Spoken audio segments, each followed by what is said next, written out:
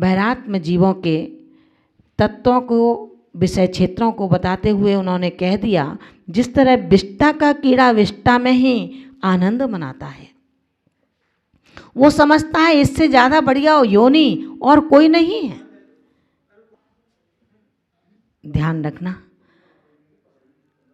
विष्टा का कीड़ा विष्टा में ही रहता है। जब अवध ज्ञानी मुनिराज से पता लगा कि अब मेरी आयु कुछ समय की और बाकी है और मैं विष्टा में कीड़ा बनूंगा, अपने बेटे को बुलाता है वो सेठ और कहता है कि बेटा, तुम अपने उस शौचालय के द्वार पर बैठ जाना, जब मैं मर जाऊंगा तो मुनिराज ने कहा है तुम विष्ठा में कीड़ा बनोगे, जब भी जो कीड़ा निकल के आए वो तेरा ये पिता का रूप होगा, पिता की आत्मा होगी, तू उसको डंडे से मार देना ताकि मैं उस गंदगी से मुक्ति पालूं और अच्छी जगह पहुंच जाऊं। बेटे ने कहा ठीक है पिताजी, लेकिन हमारे लिए ये बहुत ही दुख की बात है। मेरे पिता जो रोज़ मंदिर जाते हैं, मेरे पिता जो रोज़ अभिषेक करते हैं, मेरे पिता जो दान देने के लिए आगे रहते हैं, आज अवधज्ञानी मुनिराज ने अपने अवध ज्ञान से घोषणा कर दी कि तुम विष्टा के कीड़ा बनोगे। सत्य ही कहा है, प्रदर्शन आत्मदर्शन का कारण नहीं हो सकता, लेकिन आत्मदर्शन प्रदर्शन का कारण जरूर बन सकता है। यही कारण है जब एक केवली भगवान ने कठोर साधना के माध्यम से अपने राज प्रासादों को छोड़ दिया, बीहड़ जंगल में जाकर के पाषाण शिला को अपना संस्तर बना लिया, अपना आसन बना लिया और गहन उतर गए। बाह्य शरीर से बाह्य जगत में दिखाई देते थे, लेकिन परिणामों से अंतरंग में सतत विहारशील रहते थे। उन्होंने विहारशील रह करके अपने आप को जयशील बना दिया और यही कारण हुआ आत्मरंजन उस समूह शरण में भव्य प्रदर्शन का कारण बन गया, भव्य दर्शन का कारण बन गया। इसलिए हे ज्ञानी आत्माओं, प्रदर्शन और दूरदर्शन से हम सर्वथा बहुत दूर रहें। ये दूरदर्शन भी तुम्हें प्रवचन सुनने के लिए प्रेरित कम करेगा, लेकिन उसके अंदर जो इस तरह के चित्र हैं, इस तरह के संगीत हैं, इस तरह के गीत हैं जो आपके हर रोमांस को उत्तेजित करते हैं, हर रोमांस को भौतिकता की ओर ले जाते हैं, राग और भोग की ओर ले जाते हैं, उससे हमारा शरीर बहुत जल्दी आकर्षित हो जाता है, हमारी भावनाएं बहुत जल्दी उसमें जुट जाया करती हैं। आचार्य भगवंत कहते हैं कि अपने आप को बचाने का पुरुषार्थ करो। पिता की शिक्षा पुत्र को दी जा रही थी, पुत्र सुनकर के दुखी हो रहा था, चिंतन करता है, पिता समयोपरांत मृत्यु को प्राप्त हो जाते हैं। जैसे ही पिता मृत्यु को प्राप्त होते हैं, उनकी सारी क्रिया कर्म को करके बेटा शौचालय के दरवाजे पर जाता है, एक कीड़ा निकल कर के आता है, उसको लाठी के प्रहार से मारना चाहता है। जैसे ही लाठी पुत्र ने उठाई, कीड़ा पुनः विष्ठा के अंदर चला जाता है, बाहर आता है, लाठी उठाता है, लाठी उठाने का भान उस त्रियंच गति के कीड़े को होता है तो वो पुनः अंदर चला जाता है, बाहर आता है, अंदर चला जाता है, लेकिन मरना नहीं चाहता। आचार्य भगवंत कहते हैं जो जहाँ रहता है उसकी रुचि वहीं पर हो जाया करती है। एक मित्र यदि कुसंगति में वास करता है तो उसको वही अच्छा लगता है। एक मित्र यदि सत्संगति में वास करता है तो सत्संगति के बिना उसका मन नहीं लगता। ज्ञानी आत्मा विद्वानों के बीच बैठना चाहता है, अज्ञानी आत्मा निंदकों के बीच रहना चाहता है। आचार्य भगवंत कहते हैं कि जो कीड़ा जिस योनि में उत्पन्न हुआ, जो मनुष्य जिस जगह रहता है, प्रेम वहीं करने लगता है। बहिरात्मा अनादिकाल से इस राग देश रूप संसार में रचा पचा है, उसे इसी में अच्छा लगता है, इन्हीं इंद्रिय विषयों में सुख करता है। इसी इंद्रिय विषयों को मैं कैसे बढ़ाऊं, इसमें अपनी बुद्धि लगाता है। और ये उक्ति चरितार्थ हो जाती है, जहाँ का कीड़ा वहीं सुखी रहता है। अगर देह में सुखी है, देह को ही अपना सब कुछ मानता है, तो देह को श्रृंगार करने में, युवा अवस्था रखने में पूरी तल्लीनता रखता है, सफाई करता है। पैर हाथ ये मेरे कहीं बुजुर्ग बूढ़े ना हो जाएं। लेकिन आचार्य भगवंत कहते हैं, ज्ञानी आत्मा तुम अपने विवेक को क्यों खोते हो, अपने विवेक को जागृत रखो। जिस सिद्धों की पंक्ति में तुम्हें बैठना है, उस सिद्धों की पंक्ति से हट करके तुम अपनी आत्मा को अपनी जाति से च्युत क्यों करना चाहते हो। अपनी जाति में रहो ना। जैन दर्शन वर्ण व्यवस्था के अंतर्गत जाति और धर्म और समाज पर विशेष जोर देता है। जो जिसे अपने धर्म का, समाज का सम्मान ही ना है, वो नर नहीं, वो पशु के समान हुआ करता है। वो चैतन्य तुम पहले अगर नहीं संभले तो ध्यान रखना, जब संभल पाओगे तब सिर्फ तड़फोगे उस नीर मछली की तरह, जो मछली नीर से जुदा कर दी जाती है। क्योंकि अभी चेतने का समय है, अभी चेत नहीं पा रहे। जब चेतोगे, जब तक सब कुछ चिता के रूप में जल चुका होगा। इसलिए तुम्हें मिलेगा क्या? राग सामग्री के अभाव में तुम राग के कारण तड़पना शुरू कर दोगे। ये मेरा, इसके अभाव में तुम्हें अच्छा नहीं लगेगा, संसार तुम्हें सूना सूना लगेगा। इसलिए मित्र, अपने मित्र से उतनी ही राग भाव बढ़ा जितना राग भाव तुझे अभाव का एहसास ना होने दे। अपने गुरु से उतना ही राग रख। जब गुरु तेरे बीच में नहीं होगा, तुझे वो अभाव तेरे बंध का कारण बन जाएगा। बंध का कारण ना बने, अभी से चेत जा। स्वभाव को समझ ले। ये स्वभाव है, आज पास हैं कल दूर होंगे, आज साथ हैं कल जुदा होंगे, आज रात्रि है कल प्रातः होगी, आज जवानी है कल वृद्धावस्था आएगी। ध्यान रखना, आज तू स्वस्थ है कल तू भी अस्वस्थ होगा। आज तेरा शरीर अष्ट पुष्ट है, लेकिन कल ये भी रोगों का घर होगा। क्योंकि सांसारिक परिस्थिति, कर्म विपाक की स्थिति यही बना सकती है। अपने में इतने मजबूत बन जाओ, समय रहने तक यदि कोई खूंखार प्राणी तुम्हें आकर भक्षण करने लगे, तो यहाँ तो कोई खूंखार प्राणी आना नहीं है, ना घर में आ सकता है और ना किसी धर्मशाला में आ सकता है।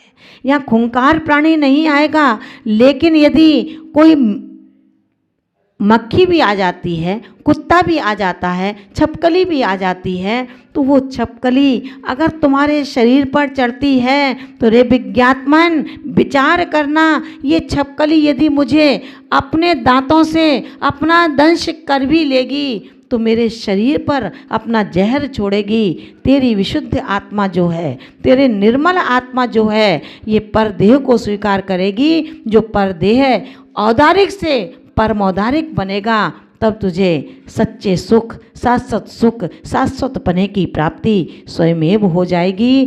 क्योंकि कौन तुझे भक्षण कर सकता है? भक्षण कोई करने वाला है तो तेरे स्वभाव को भक्षण करने वाला तेरी कटु भाषा है, अशोभनीय भाषा है, तेरा अशोभनीय स्वभाव है, अशोभनीय व्यवहार है, जो किसी दूसरे को देख करके हंसता है, अपनों को देख करके भौंकता है। आचार्य भगवंत कहते हैं, इस परिणति को छोड़ दे, छोड़ देना, इस परिणति को छोड़ दे। क्योंकि जो द्रव्य में परिणमन तेरा चल रहा है, वो द्रव्य एक पुण्य का द्रव्य है। और जब ये पुण्य का द्रव्य क्षीण हो जाएगा, जब पुण्य का द्रव्य क्षीण हो जाएगा तो पाप का द्रव्य सामने आ जाएगा। ज्ञानी आत्मा पुण्य पाप फल माहि हरस बिलखो मत भाई। जो पुण्य और पाप दोनों में न हर्षित होते हैं और न क्षुभित होते हैं। इसलिए सत्य है, भूख जोरों से लगती है तो जो मिलता है सो खा लिया जाता है, और जब भूख जोर से नहीं लगती तो जो पहले भोगा था उसका स्मरण किया जाता है। पहले मैं ऐसा खाता था, पहले मैं ऐसा खाता था।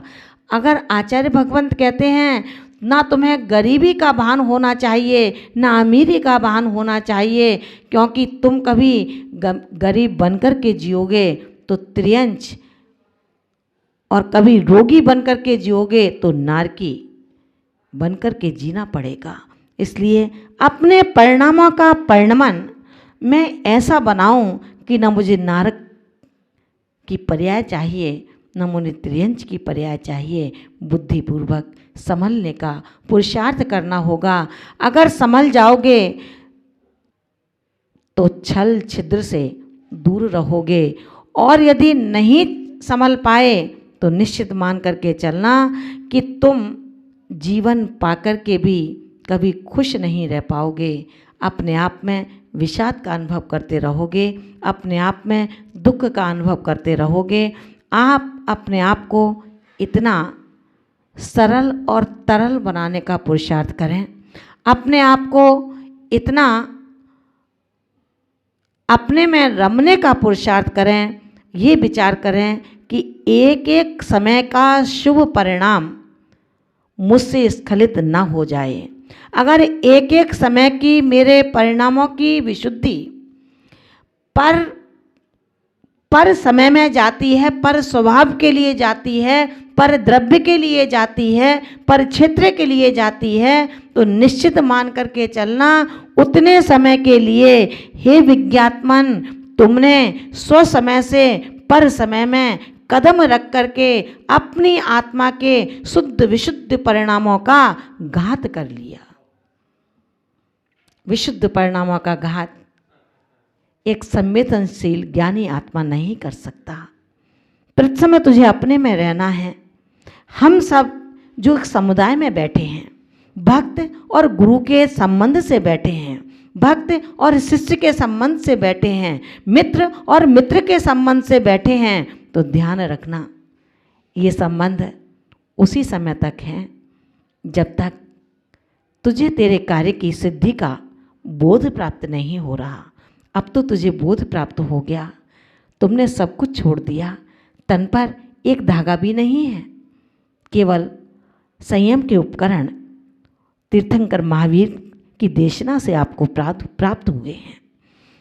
गृहस्थ श्रावक के लिए भी उन्होंने उपदेश दिया कि वैरात्म बुद्धि से अगर अपने आप को तराशना चाहते हो तो रे श्रावक तलाशो उन स्थानों को तलाशो, उस भूमि को तलाशो, उन पाषाण खंडों को तलाशो जो अपवित्र हैं।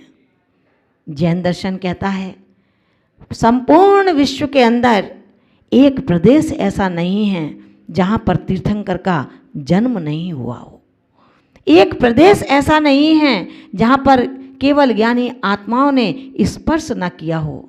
किस भूमि को तू खोजेगा पाप करने के लिए? कहाँ करेगा पाप? कौन सा वो अंधकार है? उस अंधकार के बितान को कितना बढ़ाना चाहता है? आचार्य भगवंत कहते हैं ये विस्तार करने का ध्येय तुझे छोड़ना होगा। एक बात को कितना खींचोगे?